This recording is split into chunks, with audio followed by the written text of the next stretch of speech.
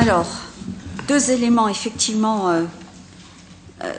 qu'il nous faut prendre en compte dans ce débat d'orientation budgétaire. La réduction de la dotation de l'État, 2 fois plus importante que celle que nous avons à supporter l'an passé, et le prolongement de l'état que j'appelle, moi, d'incapacité fiscale depuis les réformes Sarkozy et dans lequel nous maintient ce gouvernement en retardant la réforme fiscale promise.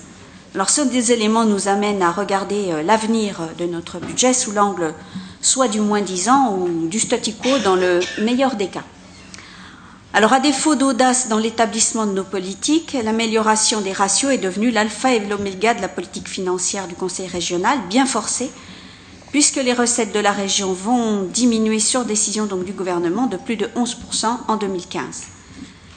Pour répondre aux enjeux, certes nationaux, que je citais dans mon propos liminaire, nous aurions besoin de mettre en œuvre des politiques encore plus déployées pour la jeunesse, parce qu'en ce qui concerne les lycées, contrairement à la décision prise lors de la dernière session, il conviendrait d'augmenter les dotations au lycée. Leurs fonds de réserve s'épuisent progressivement et pour certains, on va faire les fonds de tiroir à la fin de l'année scolaire. Parce qu'entre autres, le coût de l'énergie ne va pas baisser.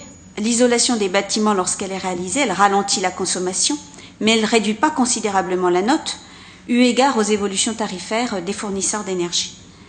Sur le plan social, il conviendrait d'aller plus loin dans les aides pour les voyages à l'étranger et pour certains projets d'ouverture culturelle, parce que nous constatons dans les conseils d'administration qu'il y a encore des restes à charge trop importants pour les familles. Nous persistons à penser qu'une mesure de justice sociale passerait par la tarification sociale dans la restauration scolaire, basée sur le quotient familial. Et cette mesure pourrait tout à fait s'articuler avec l'aide forfaitaire pour la restauration scolaire. La critérisation sociale des aides aux lycéens et étudiants qui est évoquée dans le document doit se faire à budget constant pour augmenter l'aide aux familles en ayant le plus besoin et pas seulement réduire celle des familles les plus aisées. L'aide au permis de conduire, lui, il nécessiterait une critérisation qui dépasse les seuls jeunes en parcours professionnel, parce que nombre de jeunes de familles modestes poursuivent leurs études dans les filières générales et attendent également ce coup de pouce. Une politique à la hauteur des enjeux pour la formation professionnelle, ce serait qu'au-delà des nouvelles fonctions qui sont transférées en 2015, nous devrions tenir compte du constat qui a été fait en 2014, à savoir que le besoin de rémunération augmentait et prévoir en conséquence, pas juste effectivement sanctuariser l'équivalent des sommes de 2014. À la décision modificative d'octobre 2014, on a dû réinjecter 2 840 000 € de crédit pour la formation, la rémunération des stagiaires. Et pour permettre à ceux-ci de suivre des formations, il conviendrait de redonner du crédit aux frais de déplacement et d'hébergement, parce que c'est une ligne qui a été minorée au BP 2014. J'en viens sur le transport ferroviaire. Vous nous permettrez de penser qu'au-delà des raisons invoquées pour justifier le renoncement à un investissement aussi important que l'achat des régios de Zen, les considérations financières ont cependant été premières face à l'affaissement actuel et à venir de nos recettes de fonctionnement. Et cette situation, je fais un petit focus là-dessus, c'est le parfait exemple, s'il en était besoin, des conséquences des politiques d'austérité. J'étais général, c'est vrai, Président, dans mon propos liminaire, mais c'était pour revenir sur le particulier ici. La politique de réduction de la dette de l'État, elle condamne la croissance, parce qu'en réduisant les recettes de fonctionnement des régions, on touche à la capacité d'autofinancement et d'emprunt, et on altère gravement la dépense d'investissement. Dépenses prévues par notre collectivité pour répondre à des besoins identifiés et dont l'industrie ferroviaire française a largement besoin. Certes, les rames corail seront refaites ici, mais que penser alors des salariés de Bombardier dans le Nord ou de ceux d'Alstom au Creusot? Si toutes les régions font à l'identique, alors il n'y a plus que le Nord qui commande des trains et nous, on doit commander des bogies au Creusot. Ce n'est pas logique.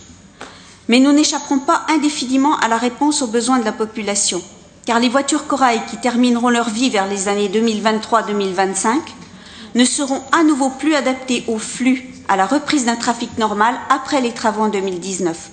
Sauf à penser que nous ne desservirons plus les gares au-delà de Sens, ce qui peut nous interpeller sur la coopération entre régions, nous n'échapperons pas à la nécessité de passer cette commande. En ce qui concerne le recours à des assistants à maîtrise d'ouvrage pour la future convention d'exploitation du service TER 2017-2021, nous demandons l'ajout d'une mission, celle d'organiser la consultation et la participation des élus, des usagers et des syndicats de cheminots. En ce qui concerne la culture, il est prévu, entre guillemets, un ajustement et une maîtrise des dépenses publiques régionales. Enfin, entre autres la culture, sur d'autres plans aussi. La chose est claire, les politiques culturelles vont servir de variable d'ajustement. Au moment même où la future loi va affirmer que la compétence culture n'est pas une compétence facultative, mais une compétence obligatoire et partagée, nous baissons la voilure, c'est incohérent. C'est une incohérence aussi parce que nous avons signé un contrat d'objectif territorial avec la profession pour permettre la formation des artistes qui ne trouveront plus de travail parce que les structures vont fermer, et ce mouvement sera général à toutes les collectivités.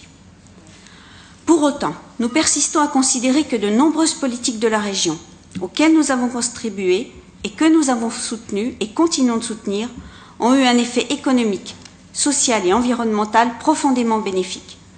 De la gratuité des manuels scolaires au fonds social lycéen des cantines, en passant par les orientations générales ayant régi nos politiques de transport, de sport, la vie associative ou encore jusqu'à présent la culture. Aujourd'hui, autant qu'hier, elle nous semble indispensable à la vie quotidienne des Bourguignons et à l'équilibre régional. Il nous paraît, autrement dit, inenvisageable de réduire nos budgets de façon indolore dans ces secteurs. Après ces 2 exercices budgétaires qui ont déjà contracté certains budgets, à l'heure des débats sur les projets d'organisation territoriale, le Conseil régional se doit d'adopter une position offensive pour défendre les moyens de ces politiques de progrès et permettre de nouvelles avancées solidaires et écologiques. C'est pourquoi, à l'occasion de l'élaboration du prochain exercice budgétaire, nous proposons à nos collègues de la majorité régionale, en cohérence avec les engagements de campagne des régionales de 2010, d'exiger de l'État la compensation des anciens transferts de compétences, chiffrés nationalement à plus de 200 millions d'euros, comme de nouveaux transferts, en particulier celles de fonds européens, qui devraient être calculés en incluant le coût des fonctions support, bien souvent oubliés et qui génèrent effectivement des embauches supplémentaires et des coûts à charge des collectivités héritant de ces compétences. Nous exigeons de l'État la nationalisation des sociétés concessionnaires d'autoroutes. Un projet de loi a été déposé par le groupe CRC le 19 novembre au Sénat afin d'affecter les dividendes à l'Agence de financement des infrastructures de transport, suivant en cela la conclusion de la mission d'information constituée au Sénat intitulée « Infrastructures de transport, remettre la France sur la bonne voie » et cela date de février 2008. Les rapporteurs ont estimé qu'il aurait été vivement préférable de maintenir l'actionnariat de l'État dans ces entreprises extrêmement rentables, afin de continuer d'alimenter les programmes d'infrastructures de transport à partir des dividendes des dites sociétés. En 2032, date de la fin de concession des autoroutes, on estime ainsi que ces sociétés auront engrangé le chiffre pharaonique de 40 milliards d'euros de bénéfices. Il n'est donc pas trop tard pour bien faire et trouver des financements pour financer les transports dont vont hériter en compétence les conseils régionaux. Enfin, localement, et pour retrouver tout de suite des marges de manœuvre, nous remettons en cause le principe de la sanctuarisation des intérêts de la dette, estimée à 17 millions d'euros au BP 2014. Eu égard à l'évolution quasi stationnaire du PIB bourguignon, le taux d'intérêt moyen de 2% de ces emprunts représente un prélèvement excessif sur les richesses produites par l'économie bourguignonne. D'autant plus que ce taux permet aux banques de réaliser des marges confortables, eu égard au taux de réassurance de 0,05% près de la BCE, de verser des dividendes aux actionnaires et de pratiquer l'évasion fiscale. 3 exemples parmi les banques qui nous prêtent de l'argent. La Société Générale détient environ 15% de la dette régionale, soit plus de 76 millions d'euros. Elle a connu en 2013 un résultat net en progression de 175% à 2,18 milliards d'euros et reversé 908 milliards d'euros à ses actionnaires en 2014, soit une augmentation de 79%. Ceci après avoir été condamné à une amende de 466 millions d'euros par la Commission européenne pour des manipulations frauduleuses de taux interbancaires fin 2013, année où elle annonçait la suppression de 550 postes en France, et après avoir subi la perte de 4,9 milliards d'euros suite à l'affaire Kerviel, dont 1,7 milliard ont pu être récupérés grâce à un dispositif fiscal qui permet une déduction d'impôt en cas de perte exceptionnelle. Autrement dit, nous avons tous contribué à renflouer la Société Générale qui compte 139 filiales dans les paradis fiscaux. Le Crédit Agricole, qui détient 13,5% de la dette régionale, soit 169 millions d'euros, avec un résultat à nouveau positif de 5,13 milliards d'euros en 2013. Une banque qui joue au Monopoly et qui joue mal. Elle se trouve en situation de renflouer avant de revendre en 2012 sa filiale grecque Emporiki. Puis en 2014 se fait embarquer dans le naufrage de la banque portugaise Espírito Santo. On en est à plus d'1 milliard de pertes financières et pourtant, elle va verser cette année 750 millions d'euros de dividendes à ses actionnaires. Et il convient de signaler qu'elle possède 133 filiales dans les paradis fiscaux. La BNP Paribas, qui possède 4% de la dette du Conseil régional, soit 20 millions d'euros, a réalisé un résultat net de 4,83 milliards d'euros en 2013. Elle va maintenir le versement d'1,869 milliard d'euros de dividendes à ses actionnaires, malgré l'amende de 9 milliards d'euros imposée par les États-Unis. C'est la banque française qui possède le plus de filiales dans les paradis fiscaux. 170, soit près de 26% de la totalité de ces agences. Bon, je ne vais pas passer en revue les 11 banques détentrices de créances du CRB, d'autant plus qu'elles ne sont pas toutes identiques, effectivement, mais il y aura encore beaucoup à dire, y compris des banques coopératives qui ont oublié les principes de coopération. Nous demandons qu'un travail soit engagé auprès de ces banques, avec l'appui des ministères concernés, pour un report de tout ou partie de leurs créances vis-à-vis de la région en 2015, voire une annulation.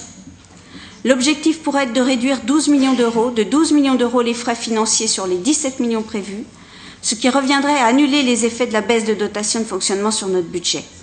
Ce serait une juste et faible contribution de la finance au redressement des comptes publics.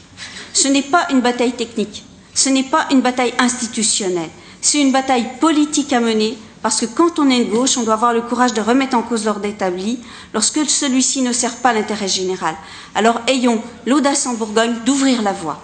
Merci.